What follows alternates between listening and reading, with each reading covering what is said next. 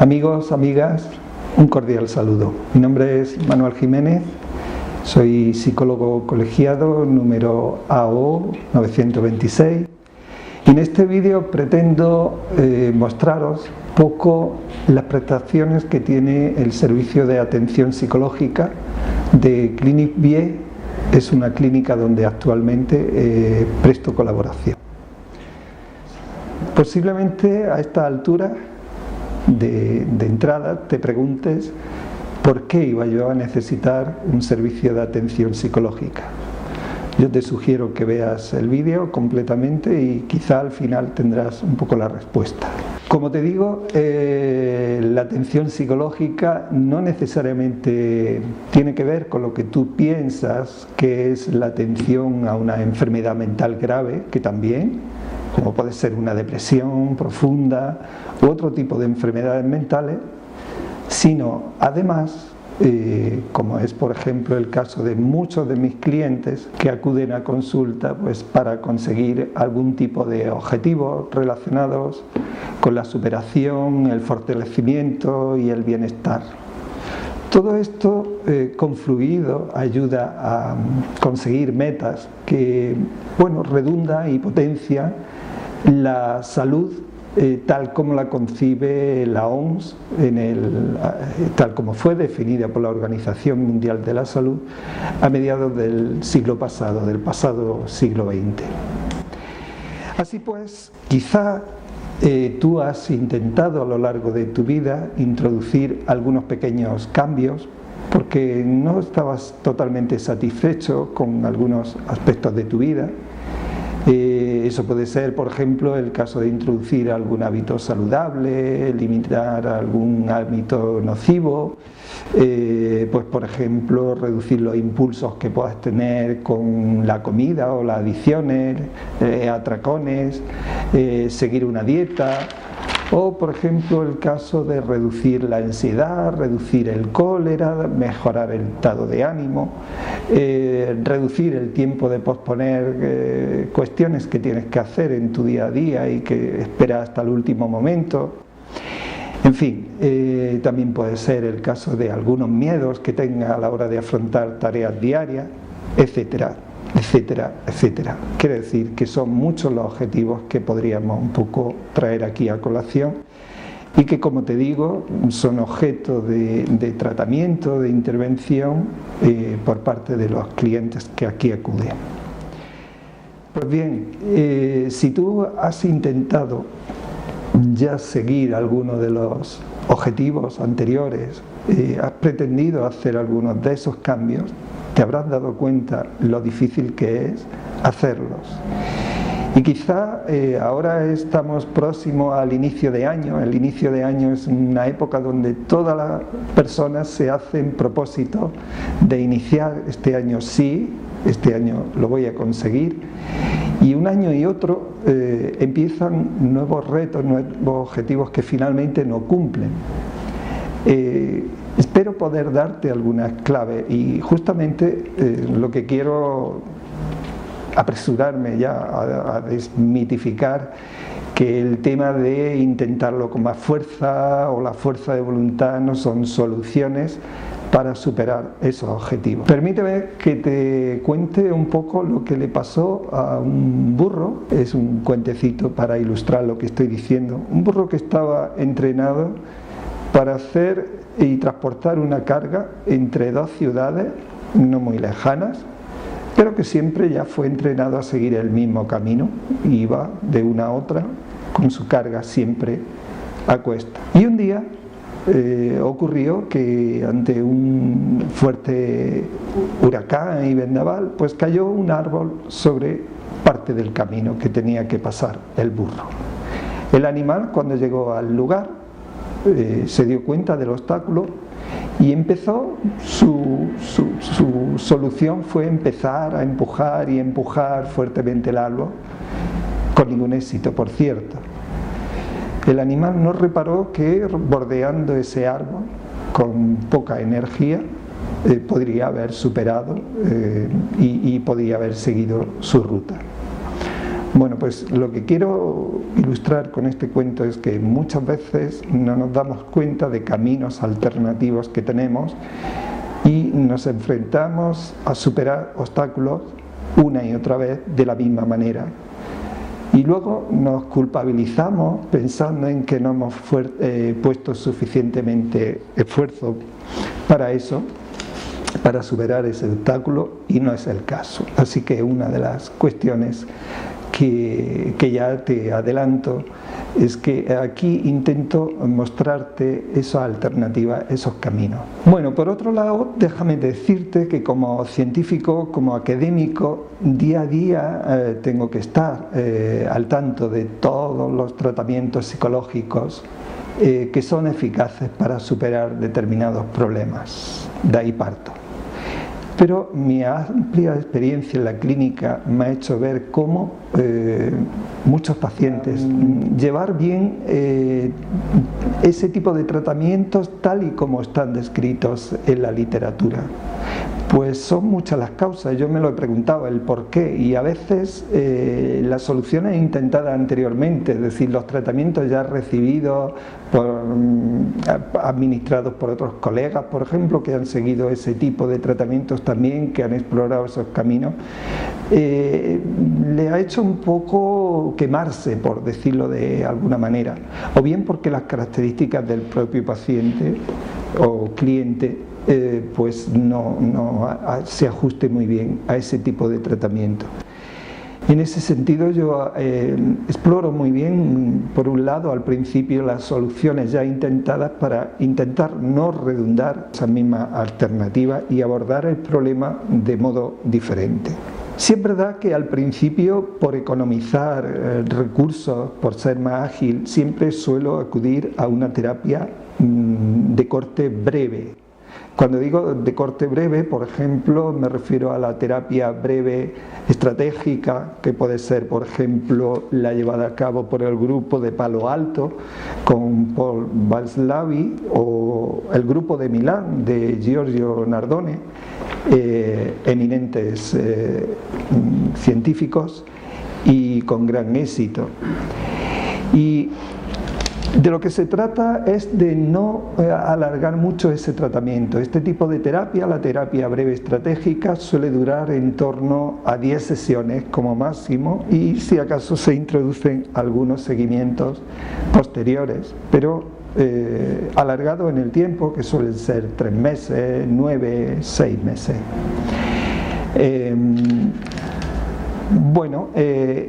La verdad es que da soluciones un poco sorprendentes y elegantes a la solución de determinados problemas. Es como si a la hora de hacer una primera entrevista se hiciera como un vídeo de todo lo que ocurre en torno al problema que plantea el cliente, y ver cómo una pequeña modificación puede crear una cascada de efecto que tenga efecto, valga la redundancia, para todo el problema que nos plantea. Una anécdota sobre un caso que viene a raíz de otro cuento. Esto era una historia de Ali Baba, que al morir dejó una herencia de 39 camellos a sus 4 hijos.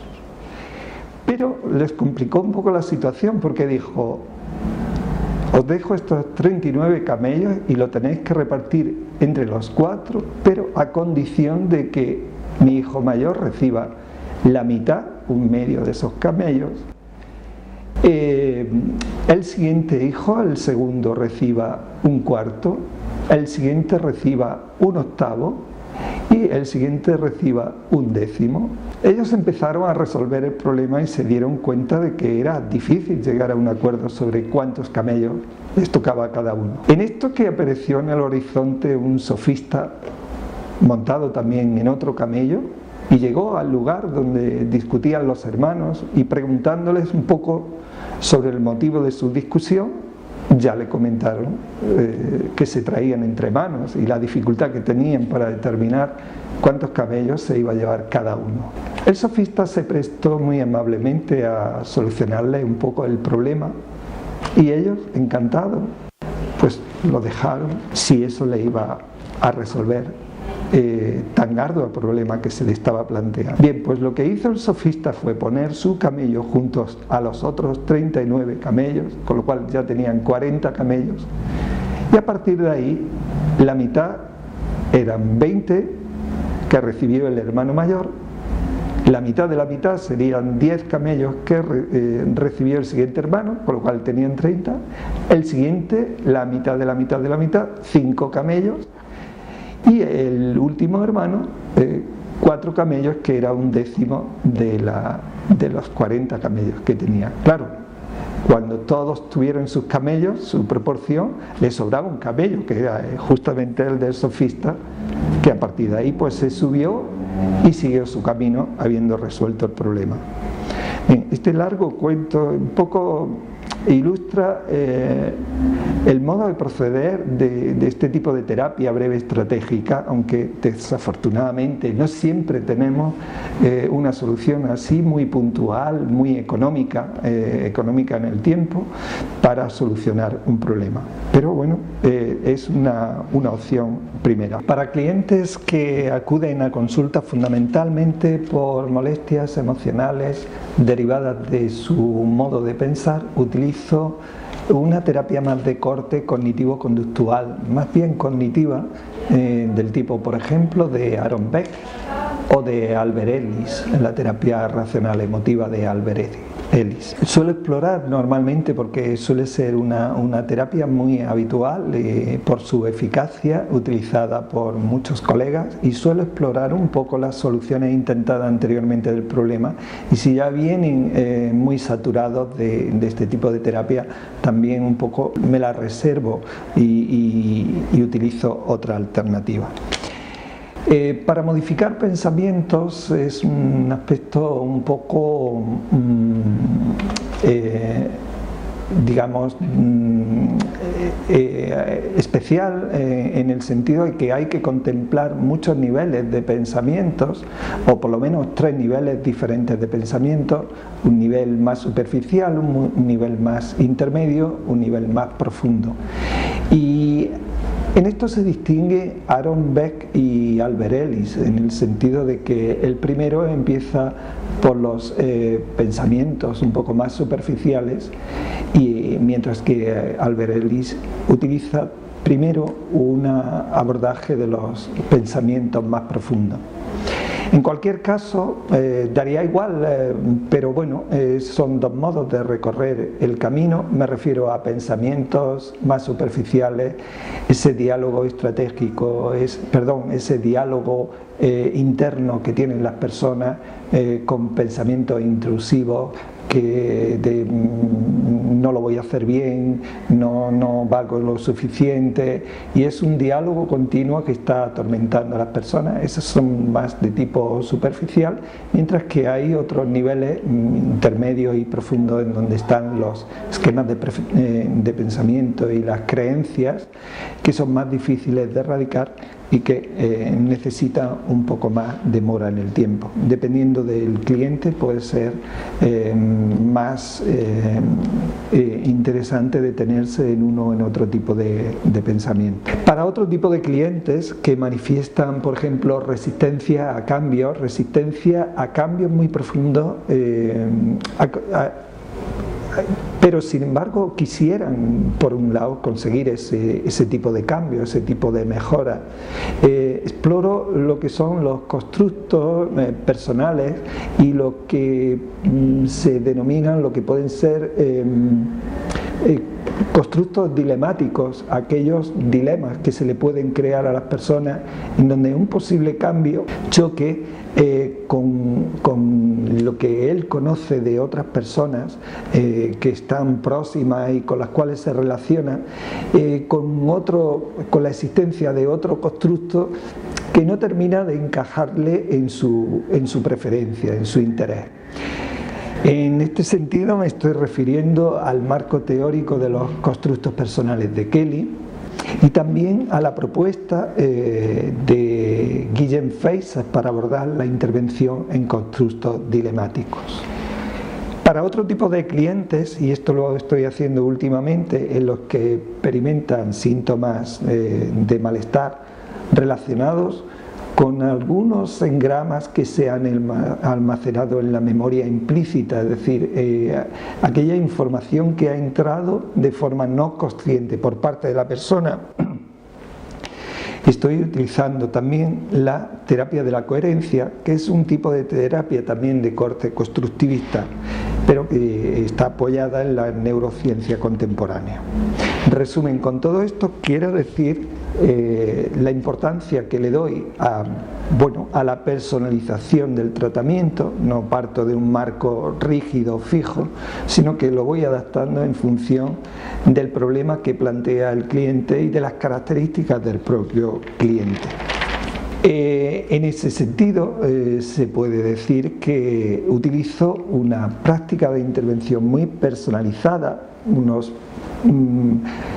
Normalmente lo que hago es personalizar los protocolos de intervención en función de lo recabado en la primera entrevista con el cliente y el tipo de problemas que me plantea.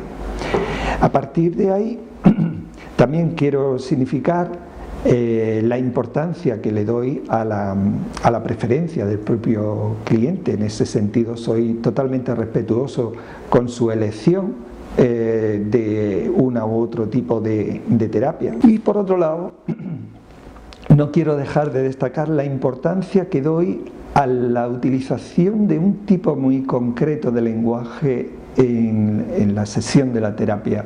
Para mí el lenguaje utilizado con precisión de neurocirujano y dosificación de medicamento es un artificio muy importante para conseguir cambios en las personas. Y bueno, en este sentido se puede decir que soy muy devoto de lo que es el estilo de Milton Erickson, el estilo ericksoniano, ¿no? Quiero ir ya terminando este vídeo y os quiero un poco hacer como un pequeño mostraros una pequeña herramienta en la línea del lenguaje de Milton Erickson sobre cómo podemos utilizar, por ejemplo, técnicas de relajación o meditación con un guión preestablecido para conseguir algunos cambios.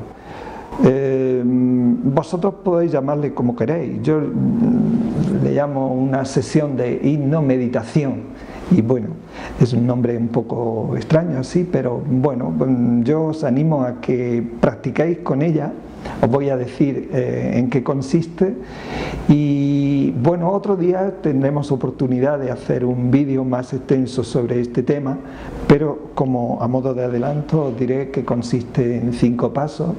Un primer paso de relajación, un segundo paso de profundización, un tercer paso de meditación, un cuarto paso de programación constructiva y un último paso de vuelta a la normalidad o despertar. Claro, hay que tener tiempo.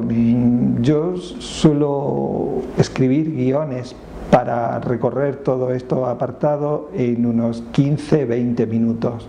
Vosotros podéis elegir el momento del día que podéis tener ese tiempo para dedicarlo a este intento para conseguir determinados cambios. ¿Por qué este tipo de apartados y qué es lo que persigue? Se ha visto que muchas veces la consecución de cambios tiene que ver mucho con el estado y el tipo de ondas cerebrales que está emitiendo nuestro cerebro en el momento de recibir determinados mensajes. Y se ha visto cómo en fase de, por ejemplo, cuando están presentes onda alfa y onda zeta, es mucho más fácil asimilar ese tipo de mensajes que incitan a cambios. En este sentido, están pensados este tipo de apartados, el generar onda alfa para que el tipo de mensaje que demos esté nuestro cerebro lo suficientemente receptivo como para recibir esos mensajes de aliento del cambio. Podéis ahora brevemente, como decía, lo voy a recorrer esos apartados, pero vosotros podéis escribir un guión, es lo que yo suelo hacer para cada paciente, personalizado un guión para vosotros con el tipo de cambio que queréis hacer. Incluso podéis leerlo al principio o incluso podéis grabarlo y dejar que seguir a partir de esa grabación. Bueno, pues entonces el primer apartado de relajación, primero, antes de empezar, la actitud con la cual afrontéis este tipo de sesión es fundamental, es decir, tenéis que disponer de ese tiempo y querer hacerlo, no estar precipitados, pendientes de reloj, pendientes de alguna tarea diferente, y tampoco se trata de que vosotros queráis echar por tierra la eficacia de esta estrategia diciendo, a ver, demuéstrame que esto va a funcionar. No se trata de ese tipo de actitud ante esto no funcionaría. Así que, bueno, vamos a partir de la base de que vais a estar receptivos, vais a estar sin ninguna otra presión mental en ese momento, y os acudís a un sitio que tenga unas condiciones pues donde podáis estar cómodos, un sillón por ejemplo sentado o bien tumbados, y entonces la primera parte de relajación simplemente podéis visualizar una gran luz dorada que sale del techo de donde estáis. Bueno, y si estáis en el exterior, pues bueno, esa luz vendría del cielo, vendría de arriba, ¿no? Y esa luz va recorriendo diferentes partes desde el cuero cabelludo hasta las plantas de los pies. Quiere decir que vais imaginando cómo esa luz llega al cuero cabelludo, cómo se va relajando, cómo pasa la frente, las cejas, los ojos, y así vais haciendo un recorrido por cada parte del cuerpo y vais un poco dejando totalmente relajada esa parte. Luego, cuando terminéis ya finalmente por planta de pies, podéis mirar si hay alguna parte todavía en tensión y volver sobre esa parte del cuerpo. Bien, a partir de aquí el siguiente apartado sería profundización para generar más ondas alfa, y para eso os sugiero que llevéis los dos ojos a el centro de vuestra frente, a lo que se llama el tercer ojo. Y bueno, esto puede crear una especie de mareo. Si os mareáis o incomoda, no os quedéis ahí mucho tiempo, pero intentar un poco hacer ese ejercicio de mirar al centro de vuestra frente con los ojos. Eso genera también mucho onda alfa. A partir de ahí podéis imaginar diferentes figuras geométricas con diferentes colores, círculos, cuadrados, rectángulos, donde uno de ellos está dentro del otro, etcétera. Bien, luego estaría el tema de la meditación. Aquí sugiero que os centréis mucho en vuestra respiración, el aire que inspiráis, y constantemente centrándose en ese ejercicio, intentando respirar, hacer una respiración de tipo abdominal, es decir, donde el abdomen, en la barriga, va ensanchándose al inspirar y va poniéndose más floja o rígida al expirar. Y a partir de ahí vendría una parte muy importante, que es la programación constructiva, en donde nuestro cuerpo y nuestra mente están muy receptivos para recibir mensajes. Es como si pudierais escribir en ese momento todos aquellos deseos que queráis conseguir, y que muchas veces la mente consciente o el tipo de ondas cerebrales más de tipo beta que normalmente nos acompaña a lo largo del día no siempre permiten la entrada de este tipo de mensajes.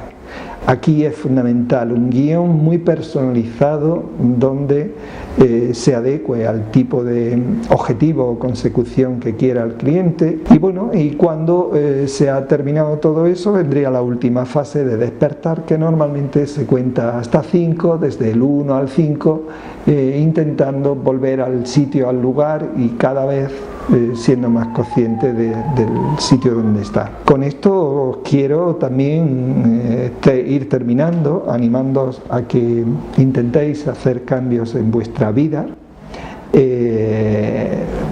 sobre todo cambios que realmente pues vosotros queráis hacer. Si estáis totalmente contentos con todo tal como está, pues por supuesto, faltaría más. Bueno, yo sin más me despido de vosotros hasta un próximo vídeo. Podéis también dejar cualquier comentario que queráis dejar acerca del vídeo, y sin más, pues nada, un saludo muy cordial y hasta la próxima.